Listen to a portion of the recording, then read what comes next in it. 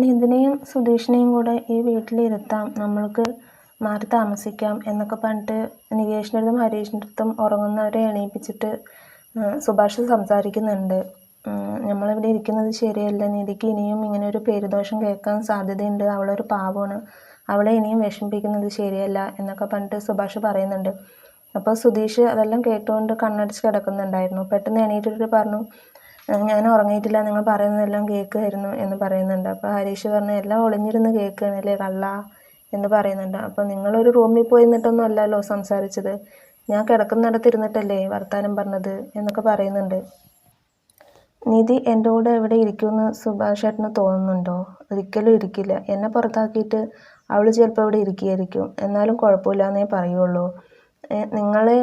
നിങ്ങൾക്ക് വേണ്ടിയിട്ടാണ് അവൾ ഇവിടെ നിൽക്കുന്നത് തന്നെ, പിന്നെ ഞങ്ങളെ ഇവിടെ ഒറ്റയ്ക്കാക്കിയിട്ട് എന്തിനാണ് പോകുന്നത്? നടക്കാത്ത കാര്യം എന്തിനാണ് നിങ്ങളിങ്ങനെ ചർച്ച ചെയ്യുന്നത്? കിടന്നുറങ്ങാൻ നോക്ക് എന്നൊക്കെ പറഞ്ഞിട്ട് അവർ കിടക്കുന്നുണ്ട്.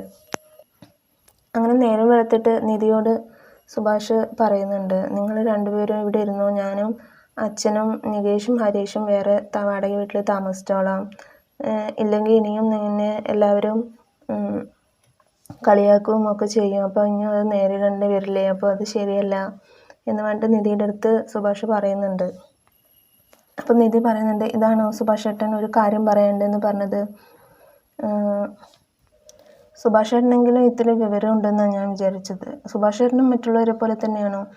ഇനി നാളെ ആരെങ്കിലും എന്തെങ്കിലും പറഞ്ഞാൽ അതിനനുസരിച്ച് സുഭാഷ് ചേട്ടൻ വേറെയും തീരുമാനങ്ങൾ എടുക്കുമോ എന്നൊക്കെ പറയുന്നുണ്ട്. ഒരു കഴുതയുടെ കഥയൊക്കെ സുഭാഷ് ചേട്ടന് പറഞ്ഞു കൊടുക്കുന്നുണ്ട്.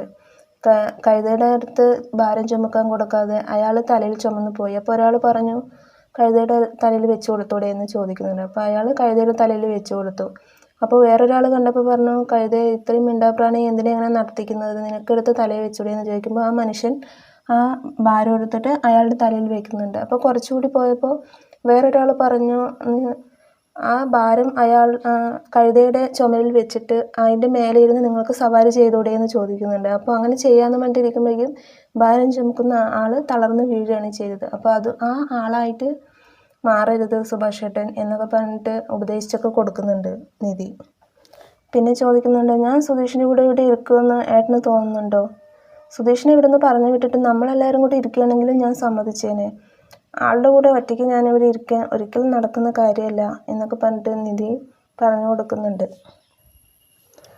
അലക്കിയ തുണിയെല്ലാം എടുത്ത് സുധീഷ് വിരിച്ചിട്ടാണ്. അപ്പോൾ ഹരീഷ് പോയിട്ട് പറയുന്നുണ്ട്, നിധിയെ കാണണമെന്നുണ്ട്, എന്താ ഒരു വഴി എന്നൊക്കെ ചോദിക്കുന്നുണ്ട്. നമുക്ക് കാണാൻ പോകാമല്ലോ, അതിനെന്താ എന്നൊക്കെ പറഞ്ഞ് ഹരീഷും സുധീഷും കൂടെ കാണാൻ പോകുന്നുണ്ട്. ഹരീഷിനാണെങ്കിൽ അവളുടെ വീടിൻ്റെ അടുത്ത് എത്തിയതും പേടിയാവാൻ തുടങ്ങി. നമ്മൾ കാരണം അവൾക്കൊരു പ്രശ്നം ഉണ്ടാവരുത്, നീതുവിനെ വീട്ടുകാർ തല്ലും, അതുകൊണ്ട് നമുക്ക് തിരിച്ചു പോകാം ഏട്ടാ എന്നൊക്കെ പറഞ്ഞിട്ട് പോകാൻ നിൽക്കുന്നുണ്ട്. അപ്പോൾ വേണ്ട, നമുക്ക് വേറെ എന്തെങ്കിലും നേരിട്ട് പോകാതെ വേറെ ആരെങ്കിലും വിട്ട് പറയിപ്പിച്ചിട്ട് ഒരു പോംവഴി കാണാം എന്ന് പറഞ്ഞിട്ട് വഴിയിൽ ആരെങ്കിലും വരണ്ടോ എന്ന് നോക്കിയിട്ട് അങ്ങനെ നിൽക്കുന്നുണ്ട്. അപ്പോൾ ഒരു പെൺകുട്ടി വരുന്നത് കാണുമ്പോൾ ആ കുട്ടിയുടെ അടുത്ത് പോയി പറയുന്നുണ്ട്, നീതുവിനെ അറിയില്ലേ, ഇങ്ങനെ എൻ്റെ അനിയൻ ഹരീഷ് സ്നേഹിക്കുന്നുണ്ട്, അപ്പോൾ അവിടെ പോയിട്ട് ഒരു ഹരിതാഭരണ കുട്ടി പുറത്ത് കാത്തു നിൽക്കുന്നുണ്ടെന്നൊന്ന് പറയുമോ എന്ന് ചോദിക്കുന്നുണ്ട്. അപ്പോൾ ആ കുട്ടിക്കാണെങ്കിൽ നീതുവിനെ നല്ല പരിചയമുണ്ട്. അപ്പോൾ അങ്ങനെ പോയിട്ട് ആ വീട്ടിൽ പോയിട്ട് പറയാൻ വേണ്ടി പോകുന്നുണ്ട്. ഉള്ളിൽ പോയതും നീതുവിൻ്റെ അമ്മ പുറത്ത് വരുന്നുണ്ട്. അപ്പോൾ എന്താണ്, ആ കുട്ടിയെ നല്ല പരിചയമുണ്ട് നീതുവിൻ്റെ അമ്മയ്ക്ക്. അപ്പോൾ പറയുന്നുണ്ട്, നീതുവിൻ്റെ ഒരു കൂട്ടുകാരി പുറത്ത് വന്ന് കാത്തു നിൽക്കുന്നുണ്ട്, കാണണമെന്ന് പറഞ്ഞു, ഹരിത എന്ന പേര് എന്ന് പറയുന്നുണ്ട്. നീതുവിനാണെങ്കിൽ പെട്ടെന്ന് പേര് കേട്ടത് മനസ്സിലായില്ല, അവളിങ്ങനെ ആലോചിച്ചിട്ട് ഇങ്ങനെ നിൽക്കുന്നുണ്ട്. അപ്പോൾ ഇന്നത്തെ എപ്പിസോഡ് ഇത്രയേ ഉള്ളൂ. Thank you for watching my video.